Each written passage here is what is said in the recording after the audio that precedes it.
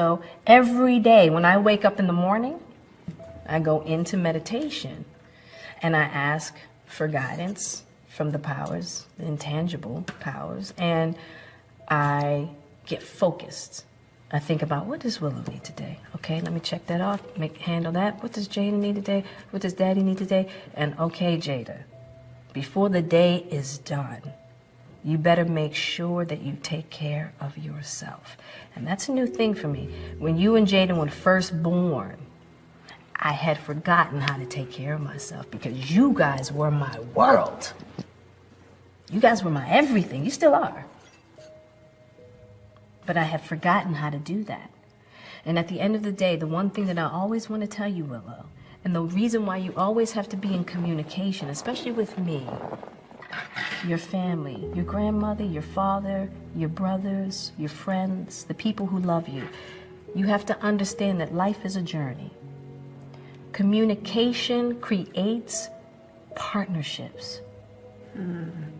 Okay? That we are here to assist you. That we can't make your life for you, and we can't help you with the things that we don't know. And that you always have to remember to take care of you first and foremost. Because when you stop taking care of yourself, you get out of balance and you really forget how to take care of others. And I think that we've been taught that taking care of yourself is a problem. And I'll tell you something about being a mother and some of the messaging that we get in this country about being a mother, that you have to completely sacrifice everything. You have to completely sacrifice every single thing. And I think that what the re-messaging that we as mothers need to have and gravitate to is that you have to take care of yourself in order to have the alignment and the power to take care of others at the capacity that we do. Because it fills the well. What I believe that I do takes so much energy, so much work from heart, spirit, and creativity that I have to be responsible enough to take care of me. Because you know what happens? Imbalance comes, and you know what happens? I look to you, Willow, and I say, Willow, you've got to do this.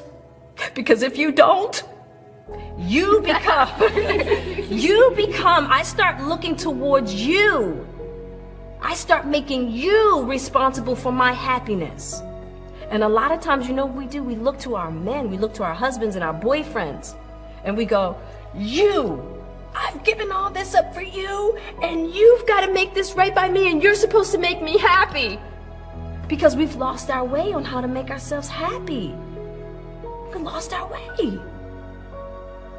So what I had to do and what I had to learn was how to get more balance. And over the years, each year, each day, I get more and more and more and more in balance. More and more and more in alignment. And you know what? I get more and more happy. And the very thing that I thought would make you unhappy or make Jaden unhappy or make Daddy unhappy actually is fulfilling for you guys as well. Even though it might not be a tangible reason.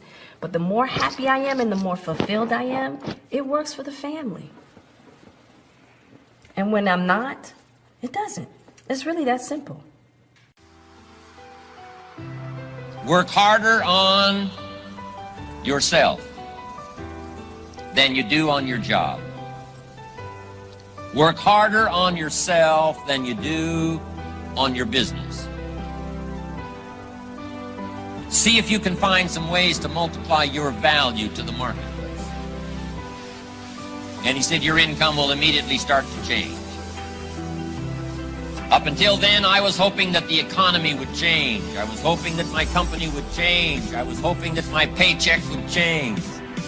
I was hoping that circumstances outside would change. And then here's what I found out. It isn't going to change. So then my question was, if it isn't going to change, how will my life ever change? And here's what my teacher taught me. When you change, everything will change for you. When you get better, everything will get better for you. That's where I picked up that phrase, for things to change, you've got to change. You don't have to change the marketplace. You don't have to change the marketing plan. You don't have to change the economy. You don't have to change countries. You don't have to change circumstances out there. All you've got to do is look within and see if you can change yourself for the better. And as you change, things will start to change for you.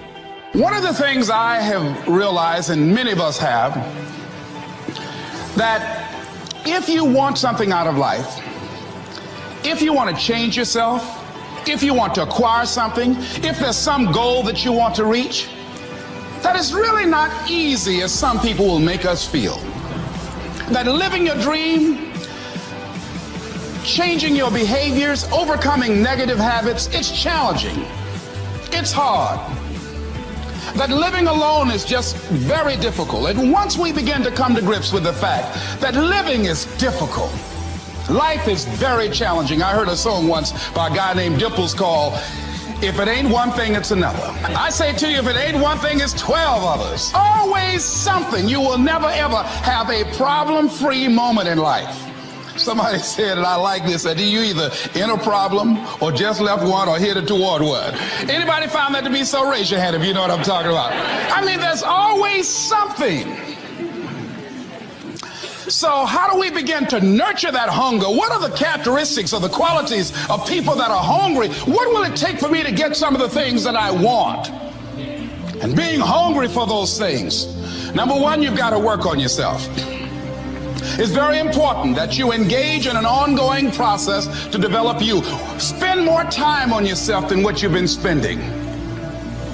It's very important. You owe that to yourself. I was reading a book by Og Mandino called The University of Success. Read one line, gave me a chill. I didn't have to read anything else in the book. He said, many of us never realize our greatness because we become sidetracked by secondary activity.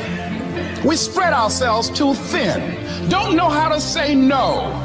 And we find ourselves doing all kinds of things and never ever have time to do those things that we need to do to work on ourselves. And then there goes a second, there goes another second, there goes another second, and we can't stop and hold time. And before you know it, you wake up one day and you're behind in your dreams and your bills.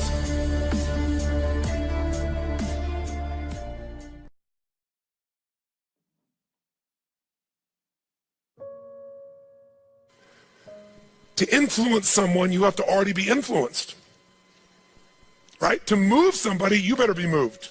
To touch somebody, you can't touch somebody about your product or service or vision or idea or your company if you're not touched. To persuade others, you have to be persuaded. You can't give somebody else what you don't have. Now, you may have it intellectually, and here's the challenge.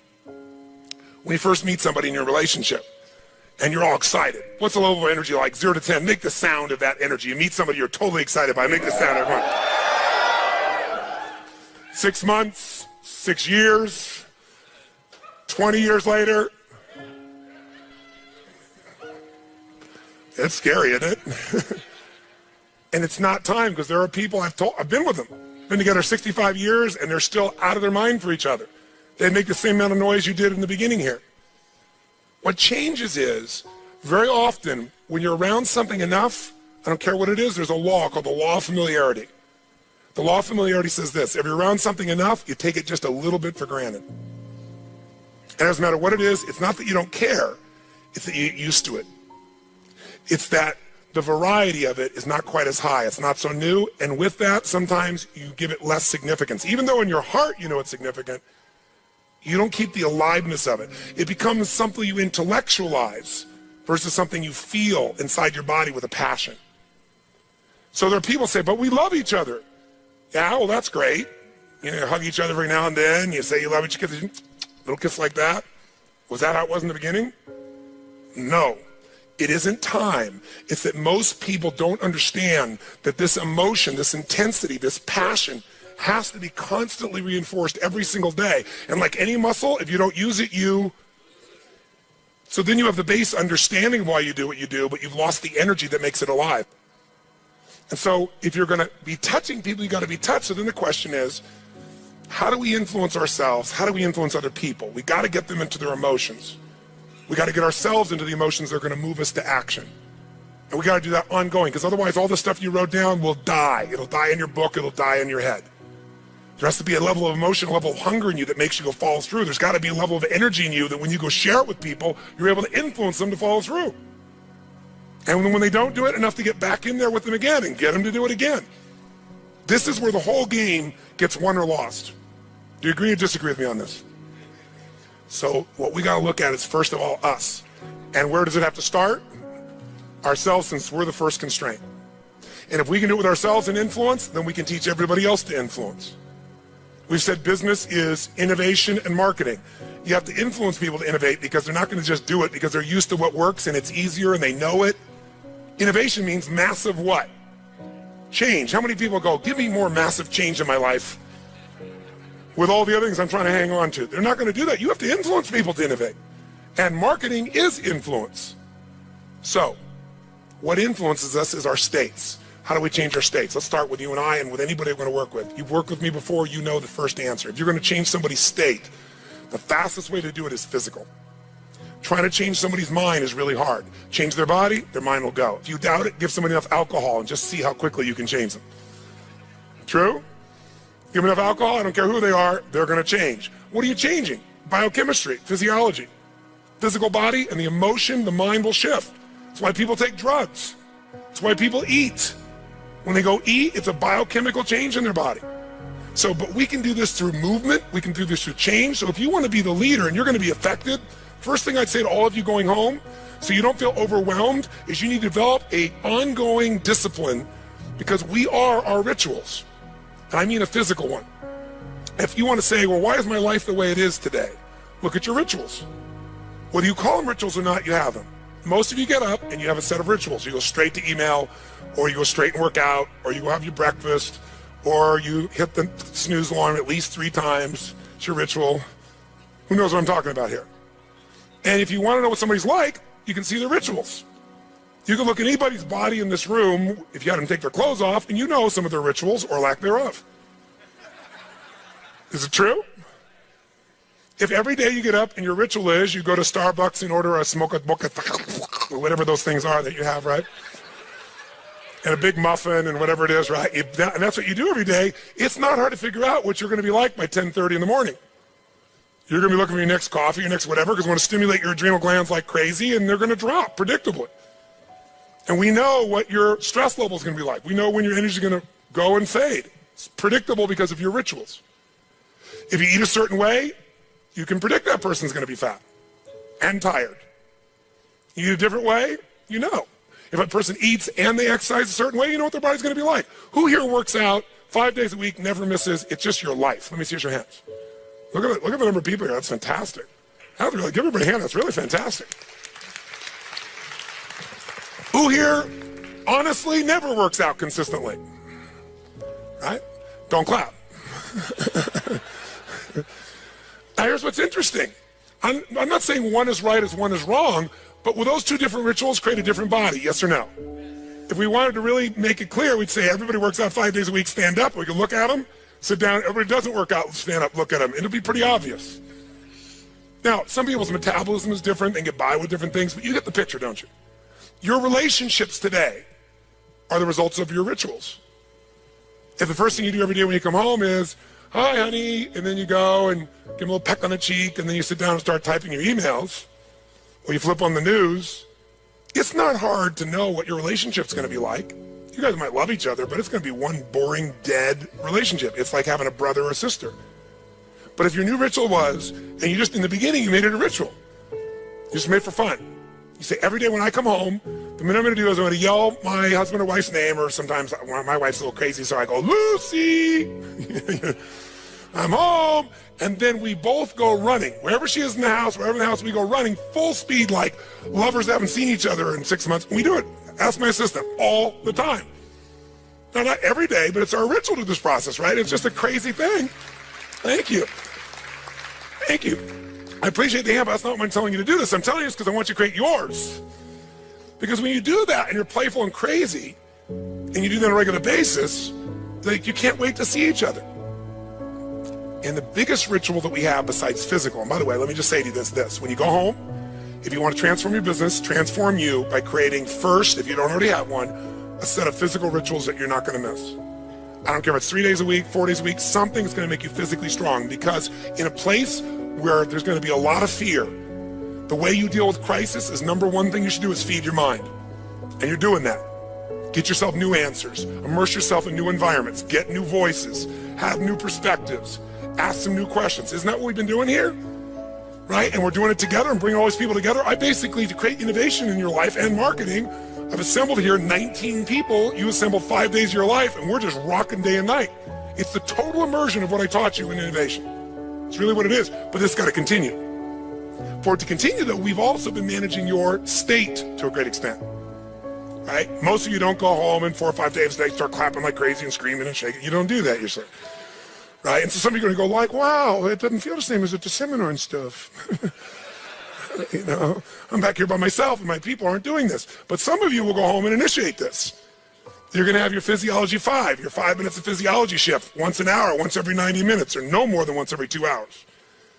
You're going to start your morning with everybody, and you're going to bring in and get some little audio clip of something from a movie or something that blasts across, the room, and have everybody stand at attention. You're going to do some crazy stuff if you're smart. Go over Zappos and see what they do. They got the most crazy stuff going on there. All the stuff that I do in seminars, they do every day at their location with their people.